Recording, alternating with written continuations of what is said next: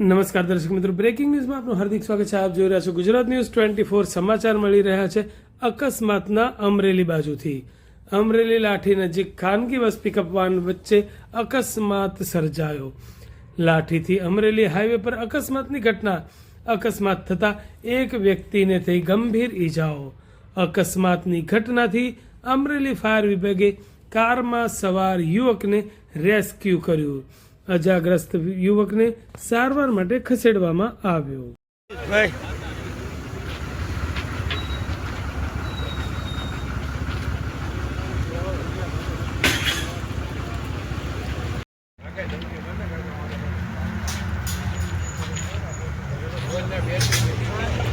ખોટા તમે આ ખેલ કરી